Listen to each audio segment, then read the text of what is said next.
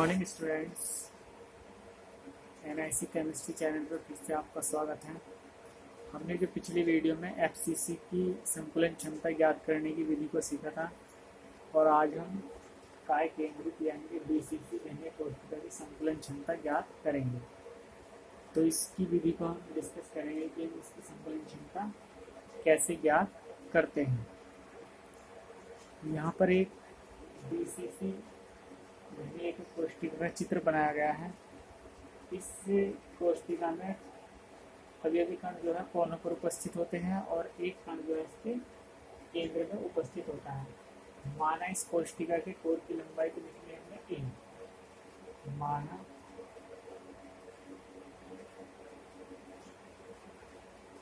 कोशिका की कोर की लंबाई बराबर एक और एक गोले की त्रिज्या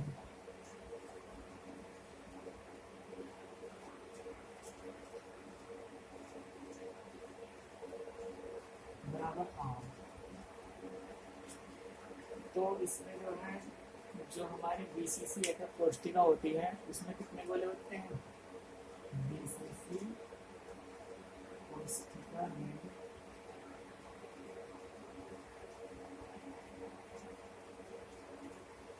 कुल गोले एक तो हो गया कोनों का कुल मिला के और एक हो गया सेंटर में, तो 2 गोले होते हैं। लिख देंगे यहाँ पर 2 गोलों का आयतन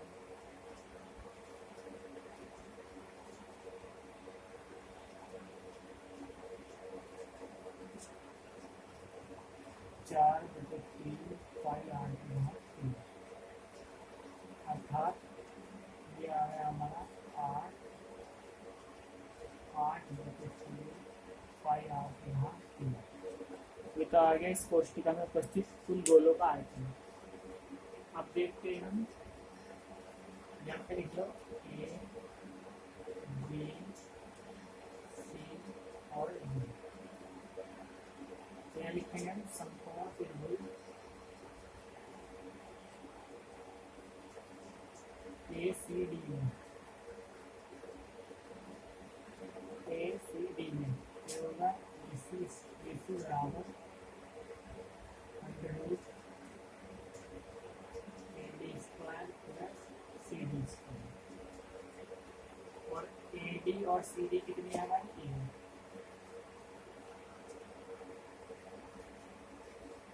AC बराबर आ जाएगा हमारा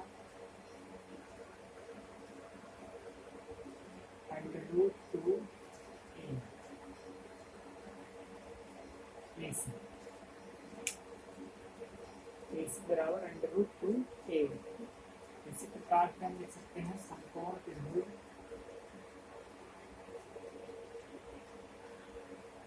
ABC में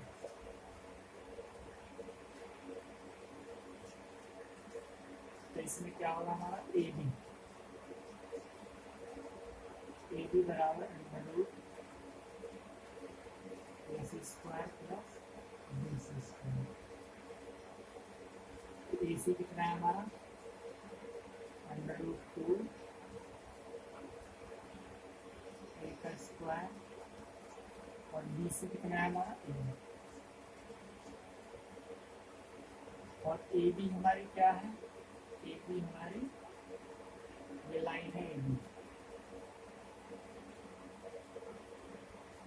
क्या आएगा? 2A² + B² क्या आएगा? 3A²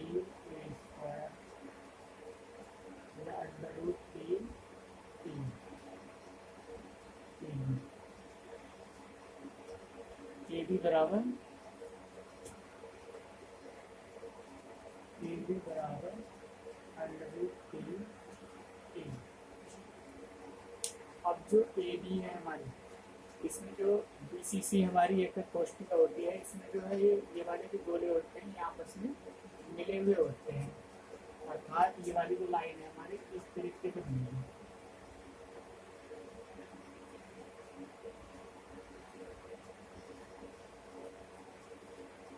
ये वाली जो लाइन है हमारी इस तरीके से बनेगी। तो R ये 2 R ये है और R ये है, बिल्कुल मिला के हो गई हमारी बराबर 4r, तो ए बी बराबर कितना होगा 4r बराबर अंडर रूट 3a। तो हम यहाँ से ए की वैल्यू निकाल सकते हैं। ए इक्वल टू क्या है 4r अपॉन अंडर रूट 3। इस तरीके से लिख सकते हैं। अब लिखेंगे ए का कोष्टिका का आयतन,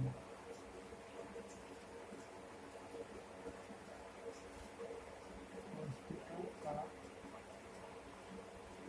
आयतन बराबर ए की घात 3, ए की वैल्यू रख देंगे 4r अंडर रूट 3 की घात 3, फिर आया है 4 तक 16, 4 तक 64, r की घात 3, और ये आएगा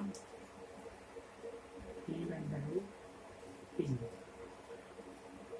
अब हम इसकी संतुलन क्षमता निकाल सकते हैं। संतुलन क्षमता होगी हमारी संतुलन क्षमता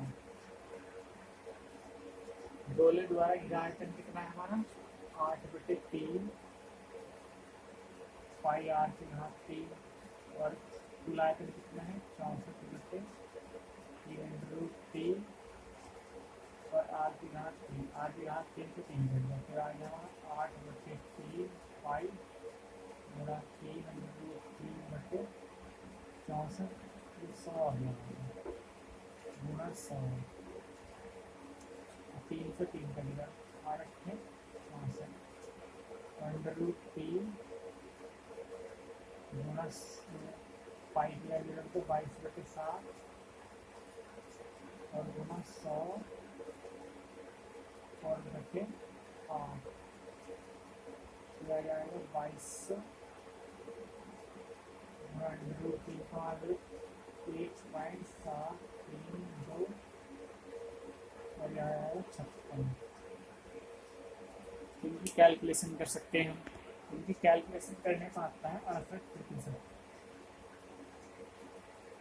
अर्थात जो हमारी BCC एकक कोष्टिका होगी उसमें संकुलन क्षमता 68% होगी, अर्थात एकक कोष्टिका में गोलों द्वारा घिरा गया स्थान 68% होगा, और रिक्त स्थान कितना होगा रिक्त स्थान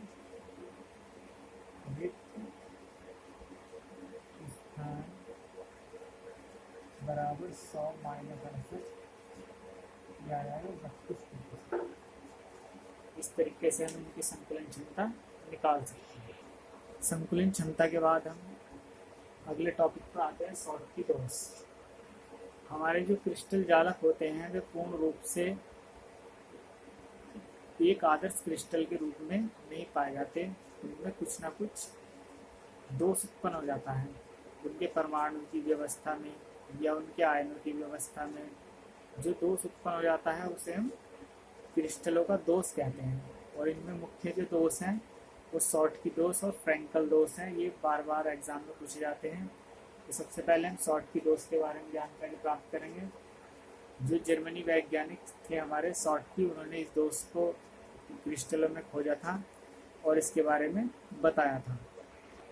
उन्होंने बताया था कि यह दोष उन आयनिक यौगिकों में पाया जाता है जिनमें धनायनों और ऋणायनों का आकार लगभग एक जैसा हो, जैसे NaCl, KCl आदि। और उन्होंने इसमें बताया था कि जो हमारे शॉर्टकी दोष हैं वे पदार्थ के घनत्व को कम कर देते हैं, अर्थात यह दोष जिस क्रिस्टल जालक में पाया जाता है या जिस पदार्थ में पाया जाता है उसके घनत्व को कम कर देता है।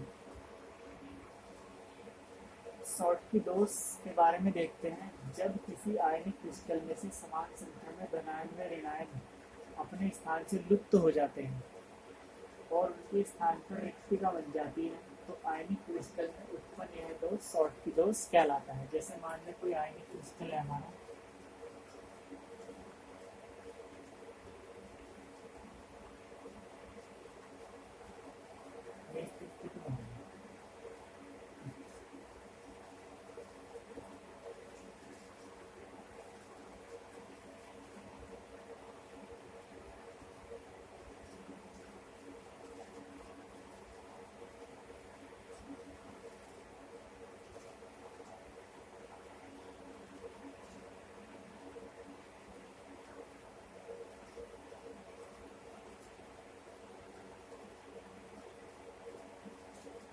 हमारा कोई आयनिक क्रिस्टल है, तो इनमें से हम एक प्लस यानी कि धनायन गायब कर दें और एक ऋणायन गायब कर दें, क्योंकि जितने धनायन गायब होंगे उतने ही ऋणायन होंगे। समान संख्या में धनायन व ऋणायन अपने स्थान से लुप्त होकर जो क्रिस्टल जालक है उसकी सतह पर आ जाते हैं, तो ये बन जाती है हमारी रिक्तिका। और ये रिक्तिका, और ये जो है हमारे ऋणायन है, और ये हमारे धनायन है, और ये हमारा आयनिक क्रिस्टल है।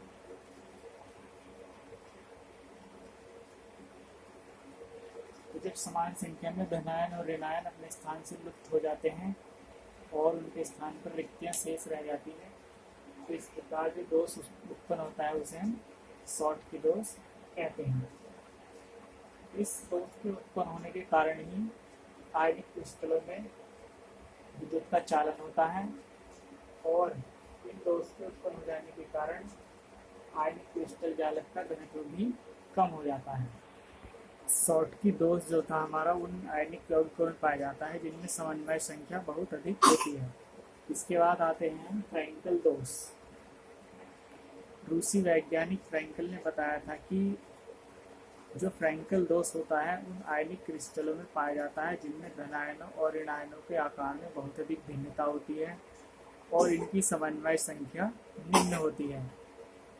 ऐसे यौगिकों में फ्रैंकल दोष पाया जाता है, और जिन यौगिकों में धनायनों का आकार ऋणायनों से कम होता है उन यौगिकों में यह दोष पाया जाता है। इस दोष में जब किसी आयनिक क्रिस्टल जालक में से कोई धनायन अपने स्थान से हटकर अंतराकाशीय स्थान में चला जाता है और उसके स्थान पर रिक्तिका उत्पन्न हो जाती है, तो आयनिक क्रिस्टल में जो दोष उत्पन्न होता है उसे हम फ्रैंकल दोष कहते हैं। जैसे हम लिख सकते हैं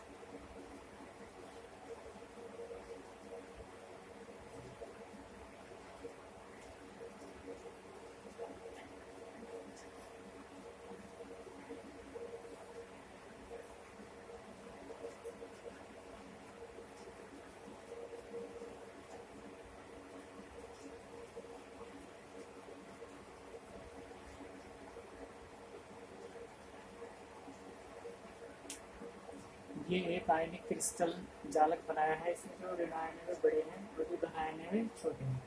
तो इनमें जो एक कोई धनायन है हमारा वो अपने स्थान से हट जाता है यहाँ से, और किसी अंतराकाशीय स्थान अर्थात जो दो आयनों के बीच का स्थान होता है, जैसे मान लें यहाँ पर आ गया,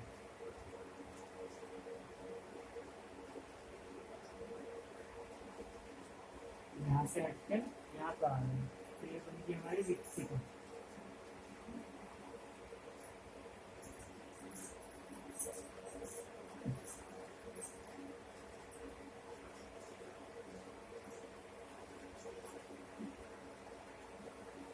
आयनिक क्रिस्टल जालक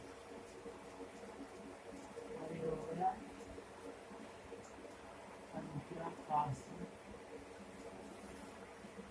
स्थान पर धनायन।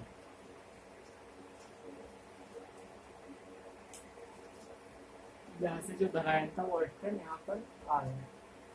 तो इस प्रकार जब यह दोष किसी आयनिक क्रिस्टल जालक में पाया जाता है तो उसके घनत्व में कोई परिवर्तन नहीं आता, क्योंकि जो भी आयन घटा है वो क्रिस्टल जालक के अंदर ही उपस्थित होता है। इसी कारण इसमें कोई घनत्व में इसके कोई अंतर नहीं आता। धन्यवाद।